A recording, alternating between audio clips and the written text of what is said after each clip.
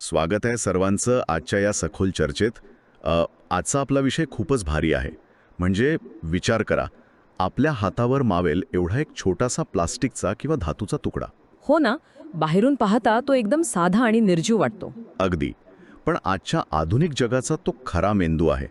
आज आपण याच घटकाच्या म्हणजेच ट्रान्झिस्टरच्या अगदी मुळाशी जाणार आहोत. आणि ही तांत्रिक पडताळणी खरोखरच अत्यंत रंजक असणार आहे. होय, आणि त्यासाठी आपला आधार आहे एक अतिशय महत्त्वाचं प्रेझेंटेशन, ITI इलेक्ट्रिशियन प्रशिक्षण मॉड्यूल. केवळ थिअरी नाही, तर प्रत्यक्ष लॅबमध्ये असल्यासारखं आपण हे शिकणार आहोत. हो, कारण ट्रान्झिस्टर कसा ओळखायचा, त्याची तपासणी कशी करायची, हे प्रत्यक्ष कृतीतूनच समजतं. अगदी बरोबर. आणि एक अत्यंत महत्त्वाचा नियम म्हणजे हे प्रेझेंटेशन असल्यामुळे आपण प्रत्येक स्लाईड क्रमानुसार पाहणार आहोत. एकही स्लाईड आपण वगळणार नाही. तर सुरू करूया. पुढची स्लाईड. नक्कीच. स्लाईड 1. ट्रान्झिस्टरची कार्यक्षमता आणि टर्मिनल्स ओळखणे. या स्लाईडवर एक मस्त चित्र आहे. हो, चित्रात एक ट्रान्झिस्टर दिसतोय ज्याला E, B आणि C अशा 3 पिन्स आहेत आणि शेजारी एक मल्टीमीटर आहे. म्हणजे आजचा आपला मुख्य प्रयोग या 2 उपकरणांभोवतीच फिरणार आहे. तर अगदी तसंच. हे 2 घटक एकमेकांशी कसे जोडायचे हेच आपण बघणार आहोत. चला, तर मग पुढची स्लाईड. हो, स्लाईड 2. या प्रात्यक्षिकाची मुख्य उद्दिष्टे. इथे 2 उद्दिष्टे दिली आहेत. होय. पहिलं म्हणजे डेटाबुकच्या सहाय्याने तांत्रिक माहिती ओळखणे आणि दुसरं ओहममीटर किंवा मल्टीमीटर वापरून ट्रान्झिस्टरची भौतिक स्थिती तपासणे. पण मला एक सांगा, केवळ बघून ट्रान्झिस्टर का ओळखता येत नाही? त्यासाठी डेटाबुक का लागतं? कारण बाहेरून सगळे ट्रान्झिस्टर जवळपास सारखेच दिसतात. त्यावर फक्त BC 107 किंवा असं काहीतरी नाव छापलेलं असतं. अच्छा, म्हणजे आतली माहिती मिळवायला डेटाबुकच लागतं. पुढची स्लाईड. बरोबर. स्लाईड 3. डेटाबुकद्वारे ट्रान्झिस्टर ओळखण्याचे 4 मुख्य निकष. कोणते येथे निकष? पहिला निकष म्हणजे तो सिलिकॉनचा आहे की जर्मेनियमचा हे पाहणे. दुसरं म्हणजे तो PNP आहे की NPN हे ओळखणे. आणि उरलेले 2. तिसरा म्हणजे त्याच्या पॅकेजचा प्रकार कोणता आहे. आणि चौथा सगळ्यात महत्त्वाचा म्हणजे बेस, एमिटर आणि कलेक्टर पिन्सची नेमकी जागा कुठे आहे. हे खूपच क्रिटिकल वाटतंय. चला पुढची स्लाईड. हो, स्लाईड 4. प्रात्यक्षिकासाठी आवश्यक साधने आणि साहित्य. इथे बरीच यादी आहे. हो. मग प्रशिक्षणार्थी किट, आंतरराष्ट्रीय डेटाबुक, मल्टीमीटर आणि 10 विविध ट्रान्झिस्टर्स लागतील. आणि इथे लिहिलंय की 1 मिलीमीटर व्यासाच्या लाल, पिवळ्या, निळ्या आणि काळ्या रंगाच्या स्लीव्ह वायर्स पण लागतील. होय, आणि त्या का लागतात ते आपण पुढे बघणारच आहोत. नक्कीच. पुढची स्लाईड. तर स्लाईड 5. ट्रान्झिस्टरची ओळख आणि पिन कलर कोडिंग. हा एका नवीन विभागाचा सुरुवातीचा टप्पा आहे. इथून आपली प्रत्यक्ष लॅबमधील कृती सुरू होत आहे. अरे वा, म्हणजे आता खरं प्रॅक्टिकल सुरू. पुढची स्लाईड. होय. स्लाईड 6. कार्यप्रणाली 5 टप्पे. इथे आपण 5 टप्पे बघणार आहोत. घटक ओळख, डेटा मॅन्युअल, कलर कोडिंग, अपवाद आणि माहिती संकलन. ही पद्धतशीर मांडणी खूपच छान आहे. म्हणजे गोंधळ होणार नाही. अगदी, त्यामुळेच काम सोपं होतं. बरोबर. पुढची स्लाईड. हो. स्लाईड 7. टप्पा 1. ट्रान्झिस्टरची निवड आणि लेबल वाचन. इथे चित्रात BC 107 हे उदाहरण दिलंय. हो, आणि सर्वात आधी भिंगाच्या म्हणजे मॅग्निफाईंग ग्लासच्या साह्याने ट्रान्झिस्टरवरील क्रमांक अचूक वाचणं खूप महत्त्वाचे आहे. अच्छा, कारण क्रमांक चुकला तर सगळीच माहिती चुकेल नाही का? हो ना, नंबर एकदम बारीक असतात. समजलं. पुढची स्लाईड. बरं. स्लाईड 8. टप्पा 2. डेटा मॅन्युअलमधून माहिती मिळवणे. आता आपण तो वाचलेला BC 107 नंबर मॅन्युअलमध्ये शोधायचा. तिथे समजेल की हा सेमीकंडक्टर प्रकार सिलिकॉन आहे की जर्मेनियम. अच्छा. आणि तो NPN आहे की PNP. तसंच त्याचं पॅकेजिंग TO5 आहे की TO7 हे सगळं मॅन्युअलमध्ये मिळतं. स्लाईड 9. टप्पा 3. पिन कलर कोड नकाशा. हे रंगांचे नियम काय आहेत? मगाशी आपण ज्या वायर्स बघितल्या त्या इथे वापरायच्या का? हो. बेससाठी निळी स्लीव, एमिटरसाठी लाल, कलेक्टरसाठी पिवळी आणि शील्डसाठी काळी स्लीव वापरायची. म्हणजे केवळ सोयीसाठी नसून अपघाती शॉर्ट सर्किट टाळण्यासाठी हे खूप महत्त्वाचं आहे. अगदी बरोबर. प्रोब सटकला तरी धातूचा थेट संपर्क होत नाही. स्मार्ट आहे. पुढची स्लाईड. हो. स्लाईड 10. प्रत्यक्ष कृती स्लीव्ज बसवणे. इथे प्रत्यक्ष सूचना आहेत. ट्रान्झिस्टरच्या लीड्सवर 3 ते 5 मिलीमीटर लांबीच्या स्लीव्ज काळजीपूर्वक बसवायच्या असतात. एवढ्याच लांबीच्या का बरं? कारण त्यापेक्षा मोठ्या असल्या तर सोल्डरिंग करताना अडथळा येतो आणि कमी असल्या तर शॉर्ट सर्किटचा धोका असतो. बरोबर. पुढची स्लाइड. आता स्लाइड 11. महत्वाचा अपवाद पॉवर ट्रान्झिस्टर. पण मला सांगा, सर्वच ट्रान्झिस्टर सारखे नसतात बरोबर? हो, तो एक अत्यंत महत्त्वाचा अपवाद आहे. पॉवर ट्रान्झिस्टरच्या बाबतीत त्याची धातूची बॉडी स्वतः कलेक्टर असते. एक मिनिट, म्हणजे त्याला वेगळी शील्ड पिन नसते? नाही, त्यातून फक्त 2च पिन्स बाहेर येतात आणि त्यामुळे गोंधळ टाळण्यासाठी त्यावर पेन्सिलने सी अशी खूण करावी लागते. बापरे, हे लक्षात ठेवणं गरजेचं आहे. पुढची स्लाइड. हो, स्लाइड 12.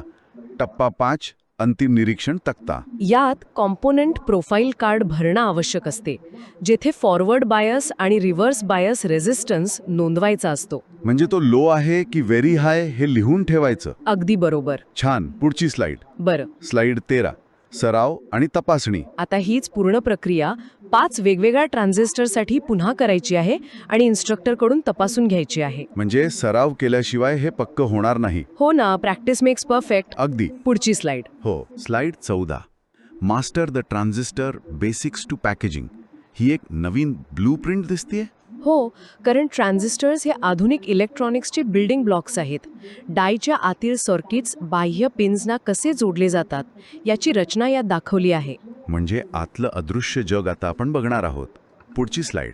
नक्कीच. स्लाइड 15. BJT समजून घेऊया. NPN आणि PNP.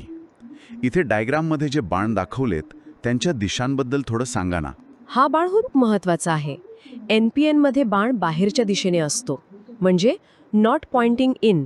अच्छा, NPN म्हणजे नॉट पॉइंटिंग इन. सोपी ट्रिक आहे ही. होय, आणि PNP मध्ये तो आतल्या दिशेने असतो. हे 2 डायोड्स पाठीमागे जोडून कसे तयार होतात हे यातून समजतं. भारीच. पुढची स्लाइड. हो. स्लाइड 16. ट्रान्झिस्टरची रचना, टर्मिनल्स. इथे मी पाण्याच्या नळाचे एक उत्तम उदाहरण देईन. कलेक्टर म्हणजे पाणी आणणारा मुख्य पाईप. एमिटर म्हणजे जिथून पाणी बाहेर पडते तो पाईप. आणि बेस म्हणजे काय? बेस म्हणजे नळाची तोटी जी पाण्याचा प्रवाह नियंत्रित करते. अरे वा, बेस म्हणजे कंट्रोल व्हॉल्व्ह. या उपमेमुळे आतले अदृश्य कार्य अगदी डोळ्यांसमोर उभे राहिले. हो ना, समजायला खूप सोपं जातं. खरंच. पुढची स्लाइड. आता स्लाइड 17. ट्रान्झिस्टरच्या लीड्स ओळखणे. डी आकाराच्या प्लास्टिक ट्रान्झिस्टरसाठी एक सोपी CB पद्धत आहे. सपाट भाग स्वतःकडे करून धरल्यावर डावीकडून उजवीकडे 1, 2, 3 पिन्स असतात. म्हणजेच कलेक्टर, बेस, एमिटर. अगदी बरोबर. पण लक्षात ठेवा, PNP मॉडेल्समध्ये हे EBC असे उलटे असू शकते. अच्छा, म्हणजे मॅन्युअल बघणं आलंच परत. पुढची स्लाइड. हो, स्लाइड 18. ट्रान्झिस्टर पॅकेजिंगचे महत्त्व. पॅकेजिंगचा काय संबंध? आतली चिप तर तीच असते ना? चिप तीच असली तरी पॅकेजिंगमुळे ओलावा आणि भौतिक नुकसानीपासून संरक्षण मिळतं. आणि उष्णतेचं काय? तेच तर, अतिउष्णता बाहेर टाकण्यासाठी म्हणजे हीट सिंकसाठी विशिष्ट पॅकेजिंग लागते. समजलं. पुढची स्लाइड. बरं, slide 19. TO92 package. Low power. हे छोटे प्लॅस्टिकचे असते आणि शाळेतील प्रकल्पांमध्ये सर्वात जास्त वापरले जाते. पण ते जास्त उष्णता सहन करू शकत नाही. हो, ते काळ्या रंगाचे छोटे ट्रान्झिस्टर्स आपण खूपदा बघतो. पुढची स्लाइड. होय, slide 20. TO18 package. Metal can. हे धातूच्या डबीसारखं दिसतंय. हो, आणि हे हर्मेटिकली सील बंद असते, म्हणजे एअरटाईट, जेणेकरून ओलावा आत जाणार नाही. यावरील छोटी टॅब्स ओळखण्यास मदत करते. अच्छा, सेन्सिटिव्ह कामासाठी हे वापरतात तर? पुढची स्लाइड. नक्कीच. Slide 21. TO220 package. Medium power. यात एक धातूचा टॅब आणि माउंटिंग होल असते. हा टॅब स्वतः एक हीट सिंक म्हणून काम करतो. आणि याला आपण बाहेरच्या मोठ्या हीट सिंकला स्क्रूने जोडू शकतो, बरोबर? अगदी बरोबर. छान. पुढची स्लाइड. आता slide 22. TO3 package. High power. अरे बापरे, हे तर एखाद्या छोट्या स्पेसशिप सारखं दिसतंय. हो ना. हो ना. हेवी ड्युटी उपकरणांसाठी हे वापरले जाते. याची पूर्ण बाह्य धातूची बॉडीच कलेक्टर असते. अच्छा, म्हणजे मगाशी आपण जो अपवाद बघितला तो हाच का? होय, तोच. यातून फक्त 2च पिन्स म्हणजे बेस आणि ॲमिटर बाहेर येतात. ओके, पुढची स्लाइड. बरं. Slide 23. SOT package. Surface mount. हे आधुनिक तंत्रज्ञान आहे. SOT अत्यंत लहान असते, त्याला लांब वायर्स नसतात आणि ते थेट सर्किट बोर्डच्या पृष्ठभागावर बसते. म्हणजे आजकालच्या स्लिम मोबाईल आणि लॅपटॉपमध्ये हेच वापरत असतील. अगदी तसंच. ग्रेट. पुढची स्लाइड. हो, स्लाइड 24. सारांश आणि महत्त्वाचे मुद्दे. होय. म्हणजे आत्तापर्यंत आपण बघितलं की 3 टर्मिनल्स कसे असतात, लीड्स ओळखण्याचे तर्क काय आहेत आणि पॉवरनुसार पॅकेजची निवड कशी होते. अगदी बरोबर. हा पहिला टप्पा इथे पूर्ण होतो. चला पुढची स्लाइड. आता आपण निदानाच्या म्हणजे डायग्नॉस्टिक्सच्या टप्प्यात प्रवेश करत आहोत. इथे ओहम मीटरचा वापर कसा करायचा ते प्रत्यक्ष पाहू. म्हणजे खरा सस्पेन्स आता सुरू होणार. पुढची स्लाइड. हो. स्लाइड 26. द टेक्निशियन्स ब्लूप्रिंट, सुरक्षा इशारा. हा अत्यंत गंभीर सुरक्षा इशारा आहे. नेहमी RX 100 ओहम्स हीच रेंज वापरावी. का बरं? खूप कमी किंवा जास्त रेंज वापरली तर काय होईल? खूप कमी किंवा जास्त ओहम रेंज निवडल्यास जास्त व्होल्टेज निर्माण होऊन कमी क्षमतेचे ट्रान्झिस्टर कायमचे खराब होऊ शकतात. बापरे, म्हणजे मीटरनेच ट्रान्झिस्टर जळू शकतो. पुढची स्लाइड. हो, काळजी घ्यावी लागते. स्लाइड 27. सुरुवातीची जोडणी ट्रान्झिस्टरच्या प्रकारावर अवलंबून असते. होय. NPN साठी मीटरचा पॉझिटिव्ह प्रोब बेसला जोडायचा, तर PNP साठी नेगेटिव्ह प्रोब बेसला जोडायचा असतो. हे लक्षात ठेवणं खूप महत्त्वाचं आहे. पुढची स्लाइड. नक्कीच. स्लाइड 28. चाचणी 1. बेस एमिटर म्हणजे BE जंक्शन तपासणी. इथे एका दिशेने लो ओहम्स मिळाले पाहिजेत आणि प्रोब्सची अदलाबदल केल्यावर हाय ओहम्स मिळाले पाहिजेत. अच्छा, म्हणजे हे फॉरवर्ड आणि रिव्हर्स बायसचे तत्व आहे तर. अगदी बरोबर. पुढची स्लाइड. हो. स्लाइड 29. रोधाच्या नोंदीवरून PN जंक्शनची स्थिती ओळखणे. इथे एक ट्रूथ टेबल आहे. हो, यात बघा, लो अधिक हाय आलं म्हणजे गुड, लो अधिक लो आलं तर शॉर्टेड म्हणजे खराब, आणि हाय अधिक हाय आलं तर ओपन म्हणजे तुटलेला. हे टेबल खूपच उपयुक्त आहे. पुढची स्लाइड. आता स्लाइड 30. दोन्ही दिशांना उच्च रोध म्हणजे हाय रेझिस्टन्स मिळत असल्यास काय करावे? म्हणजे हाय आणि हाय आलं तर ट्रान्झिस्टर नक्की फेकून द्यायचा का? थांबा, घाई करू नका. कदाचित तुम्ही चुकीची पिन निवडली असेल आणि बेस एमिटर ऐवजी एमिटर कलेक्टर मोजत असाल. अरे चा, म्हणजे आधी स्वतःची जोडणी पुन्हा तपासायची. अगदी बरोबर. छान. पुढची स्लाइड. हो. स्लाइड 31. चाचणी 2. बेस कलेक्टर म्हणजे BC जंक्शन तपासणी. BE जंक्शन प्रमाणेच BC जंक्शनची चाचणी करायची आहे. निष्कर्षही सारखेच अपेक्षित आहेत. म्हणजे एका दिशेने कमी, दुसऱ्या दिशेने जास्त रोध. समजलं. पुढचे स्लाइड. बरं. स्लाइड 32. चाचणी 3. ॲमिटर कलेक्टर म्हणजे EC लिकेज तपासणी. येथे रोध अतिशय उच्च म्हणजे 1 मेगा ओहमपेक्षा जास्त असायला हवा. जर रोध कमी आला तर ट्रान्झिस्टर लीकी आहे असे समजावे. आणि असा लीकी ट्रान्झिस्टर वापरणं नक्कीच धोक्याचं असणार. हो ना, सर्किट व्यवस्थित कामच करणार नाही. बरोबर. पुढची स्लाइड. आता स्लाइड 33. अंतिम चाचणी, ट्रान्झिस्टरचे टर्न ऑन तपासणे. मी ऐकलंय हा खूप मजेचा प्रयोग आहे. होय. मीटर ॲमिटर आणि कलेक्टरला जोडलेला असताना बेस आणि कलेक्टरला ओलसर बोटाने स्पर्श केल्यावर मीटरचा रोध कमी होतो. अरे वा, म्हणजे मानवी शरीराच्या रेझिस्टन्सचा इथे वापर होतो तर. अगदी. हे सिद्ध करते की ट्रान्झिस्टर ऑन होत आहे. हे खरोखरच अद्भुत आहे. आता जाऊया शेवटच्या स्लाइडकडे. पुढची स्लाइड. होय. Final slide. ट्रान्झिस्टर आरोग्य अहवाल आणि अंतिम निष्कर्ष. तर आपण सर्व चाचण्या पाहिल्या. BE, BC, EC लिकेज आणि टर्न ऑन. जर या चारही अटी पूर्ण झाल्या तरच ट्रान्झिस्टर 100% कार्यक्षम आहे असा निष्कर्ष आपण काढू शकतो.